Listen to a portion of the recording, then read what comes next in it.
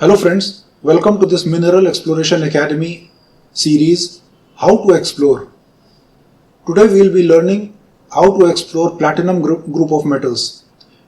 Our teacher today is Dr. N.P. Nathan. Dr. N.P. Nathan did his MSc from Annamalai University and his PhD from the Mysore University. He served the Geological Survey of India from 1979 to 2015 and retired as the Deputy Director General of the Geological Survey. Dr. Nathan has more than 36 years of professional experience in mapping, mineralogy, petrology, and mineral exploration. His prominent contributions have been the exploration of gold in the Gadag and Honali cyst belts of Karnataka, copper investigation in the Black Mountain ranges of Bhutan, mafic ultramafic complexes of Tamil Nadu. He was the recipient of the prestigious National Geoscience Award in 2011 for his discovery of the platinum group of elements in Tamil Nadu in the Sitampudi complex. Today's class is divided into two parts. In the first part, Dr. Nathan will be teaching us on the theoretical aspects of the occurrence and distribution of platinum group of metals, how they occur, what are the prominent uses, what are their properties, and what are their field associations and chemical associations that are important for their exploration. He will be giving examples of the major platinum group of element deposits in the world. In the second part of this video, he would give us an actual case study of the Sitampudi ultramafic complex in Tamil Nadu and how this project was explored and what were the criteria that we should be looking for when we are going for exploration for platinum group of elements. Welcome, Dr. Nathan. Good morning, Dr. Amit, and good morning to all. Today, we will be discussing about the platinum group of elements in ultramafic complexes, their concept and the genetic aspects, as well as some of the exploration techniques that we follow in the case of regional exploration. Well, first of all, what are the platinum group of elements that we must understand? Now, you can see in this periodic table, there is a green window which is given, which encompasses 6 elements. Based on the atomic number and the atomic weight, the top one, that is ruthenium, rhodium, and palladium, are lighter PGEs, whereas the osmium, iridium, platinum, they are the heavier PGEs. You can see here, as per that classification, light and heavy PGE groups, the atomic number variation as well as the atomic mass or the atomic weight, you can see there is a distinct difference between these two groups. The specific gravity also, you see, the lighter groups are around 12, whereas in the heavier groups it is 22 to 23. Then melting point is one thing which is very significant from the platinum group of elements, which has got a very high melting point of around 2000 and above up to 3000 degrees centigrade. Ductility, especially the platinum and palladium metal, is more ductile and malleable. That's why they find a very good application in the jewelry industry. It can be drawn into wires or the platinum wire or the jewels, it can be made. So what is the special about this platinum group of elements is that they are resistant to chemical corrosion. Chemically, since it is chemically inert, in the automatic converters, it is used to convert these poisonous gases into the less poisonous gases, which comes out from the exhaust. The various applications you can see here: platinum mostly in the jewelry, automobile; palladium, electronic and the dental industries, and partly palladium also goes into the automobile field; rhodium, catalyst; iridium and ruthenium, electronic and electrochemical. The osmium finds its application in the medical field, especially in chemotherapy and in the pacemakers. So it is mostly Ceterophile, and it has got also the strong affinity to form an alloy with the chalcopyrite elements. So you can get many alloys or the minerals with combination of these elements with the platinum group of elements. Now, how much we get in the lithospheric this crust? It is only 1 to 5 ppb. ppb, that is parts per billion. Then in the chondrites we get higher values, but in the average crystal rocks, crystal abundance, among all rocks, the ultramafic and mafic contains more amount of PGE, and its value, you can see the platinum is around 800. It's a dynamic figure. Earlier in 2011, it was rolling around 1815 US dollar. Now it is come down to 1814. Among all these 6 elements, you can find the rhodium is costly, very high.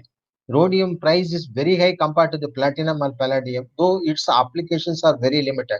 Now, total requirements, our country needs around 51 tons per annum and the total cost will be around 825 crores, and it is expected to touch around 120 tons with all the expansion in the automobile industries and other applications. It's likely to touch around 120 tons by 2020. This is the projection given in the 12th plan. And now, as on date, we are not producing any single gram of platinum or palladium in our country. Though we have identified around 14 million tons of resources in Bola Norsha in Odisha, the commercial production has not started, and entire now requirements, annual requirements, we are meeting only through import. Now, where are they occur? These platinum group of elements, we all know they occur mostly in the ultramafic group of rocks. They are the first order target. Within the ultramafic complexes, we have to now plan for our targeting the PGE mineralization, and at its contact with the volcano sedimentary packages, we get this mineralization. And overall production, if you see, the South Africa contributes the major share of this PGE in the world resources.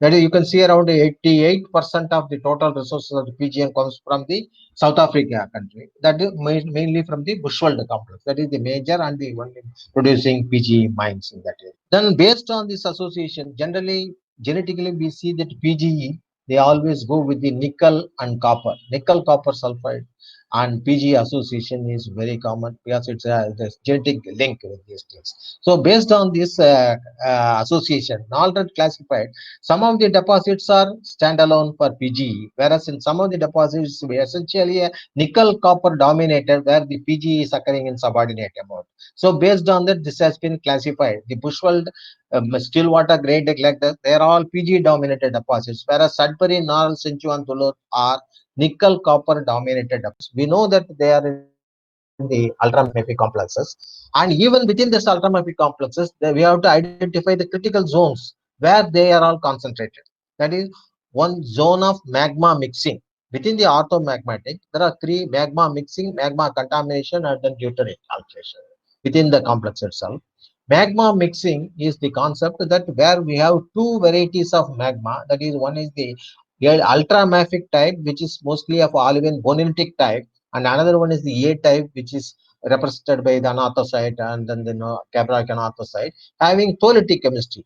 When these boninitic and the tholeiitic chemistry magmas, they mingle at a critical stratigraphic levels, then those are the zones which are considered to be the most potential target zones for PGEs. The magma contamination, when the ultramafic magma comes in contact with the pre-existing volcano sedimentary sequences. Along the contact zones, it gets contaminated, and then the sulfide saturation takes place, and due to which the precipitation of the PGE along with the nickel copper sulfides takes place. Then the hydrothermal, the primary one, which gets reworked during the subsequent tectonic process, and they are concentrated in the structurally or tectonically weak zones. There is the hydrothermal types, which mostly we have most of these stereophile elements like our this tellurium, bismuth, antimony, those sort of alloys we used to get within this. This is what I just told, the zones of magma mixing U and the A type, they get mixed. Then another one is the, even within that, the wherever the within the magma, the early segregation of the immiscible sulfides in the early stage or the chromite, when they segregate in the early stage, they scavenge, they collect all these PG metals within the magma, and they form the droplets. And these accumulation of these metal-rich droplets, they form the ore bodies. So that's why whenever we look for these PG, so our first this one is the nickel copper sulfides wherever it is enriched. So those things can be targeted on priority. Yes, those are the droplets, or those are the things, metal droplets, which might have collected the PGE within them. So one such a example you can see here within the sulfide. This is a pyrite. You can see how many grains of platinum. These are the early this one collected by these sulfides. Early segregation of the sulfide, and this sulfide has collected these PGE within that. So they are occurring as inclusions within the pyrite. So that's how the either the sulfide, or even some cases we have the chromite also has collected the PGE in Satamurdi. We can see within the chromite grain, we can see the platinum minerals, or in contact with the chromite and silicates, we can see. those things. So these are the different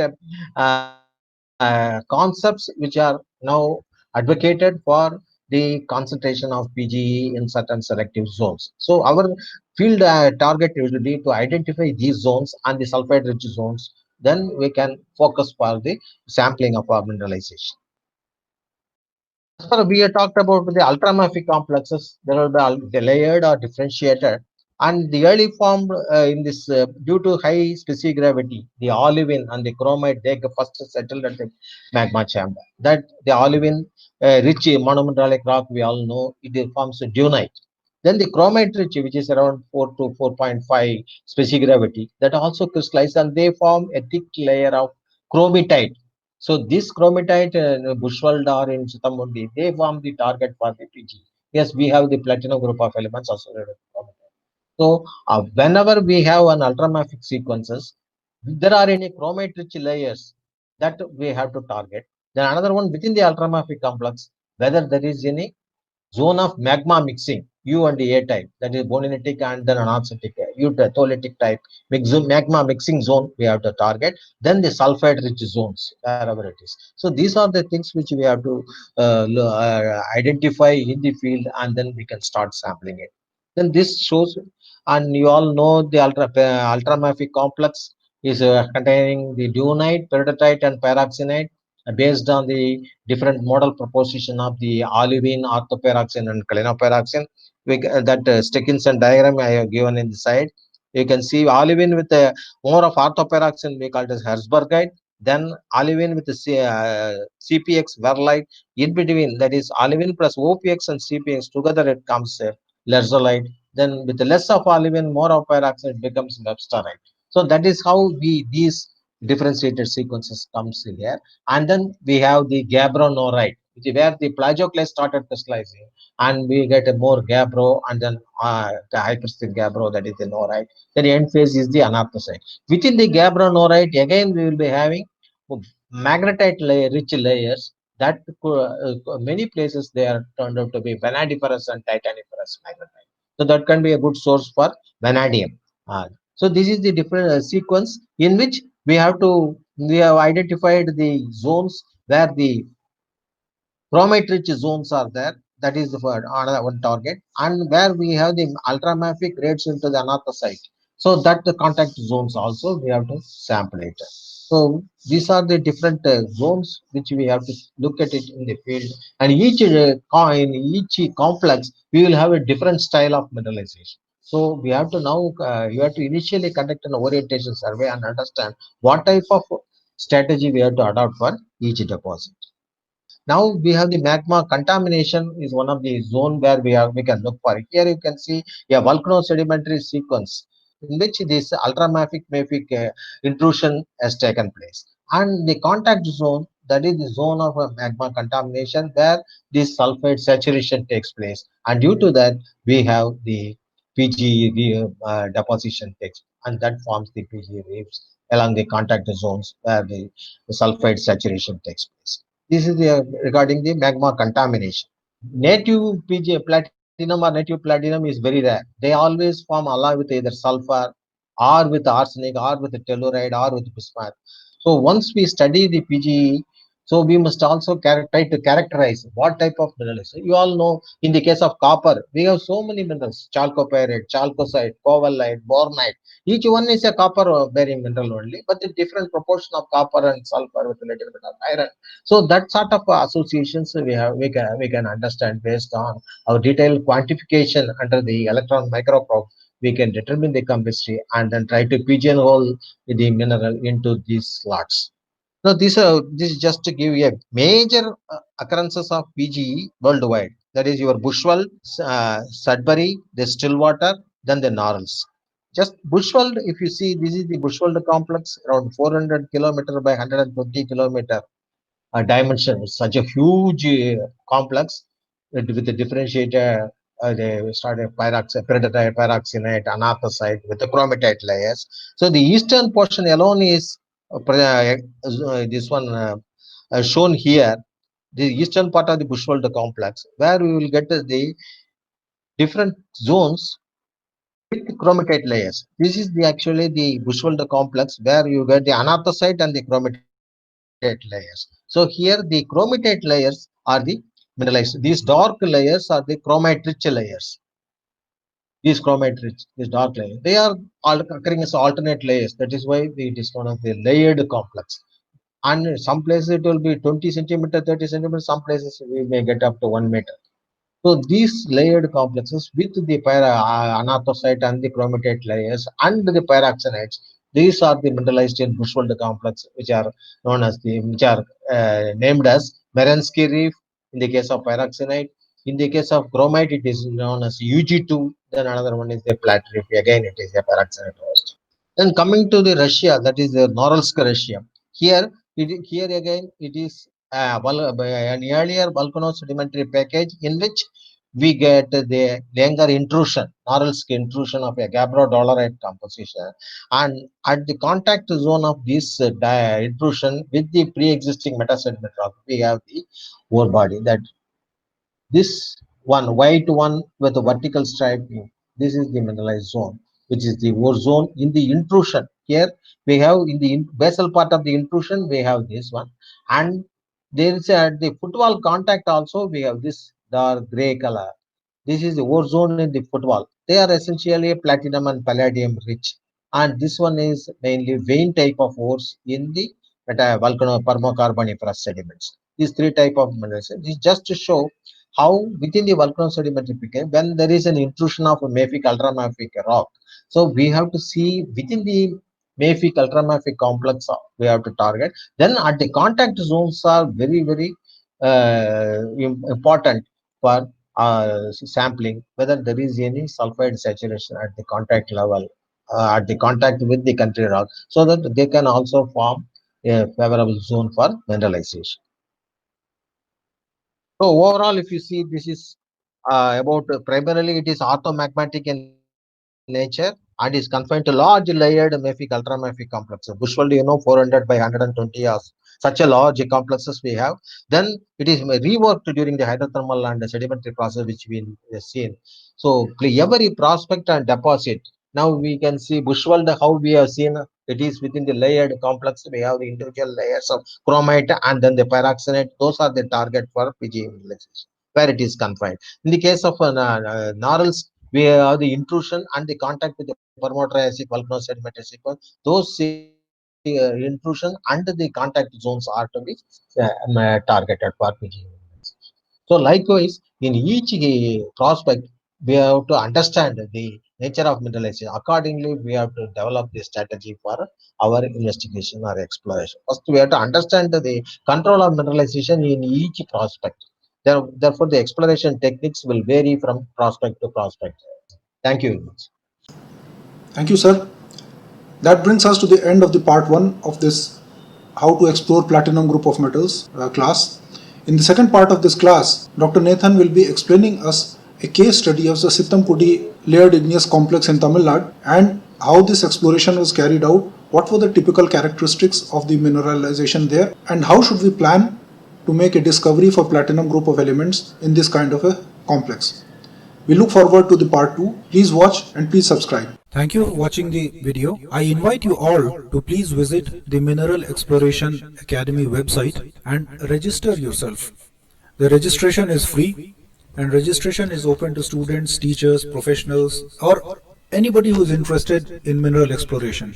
The registration will also provide you an access to be able to ask questions from our experts and also provide an opportunity for established experts to answer and interact with the students. The registration form is available on the Mineral Exploration Academy website. I would also encourage you to look at the editorials and opinion sections and visit the student question and answer section at the bottom here. In the student question and answer section, the questions asked by the students are being answered by our experts. Our experts are the top people in the field and it would be a wonderful learning opportunity for the students for probably the questions that occurred to you but you could not ask, or to review questions what have occurred to other people and get the answers the different experts are providing. Thank you so much and I look forward to interacting with you a lot more.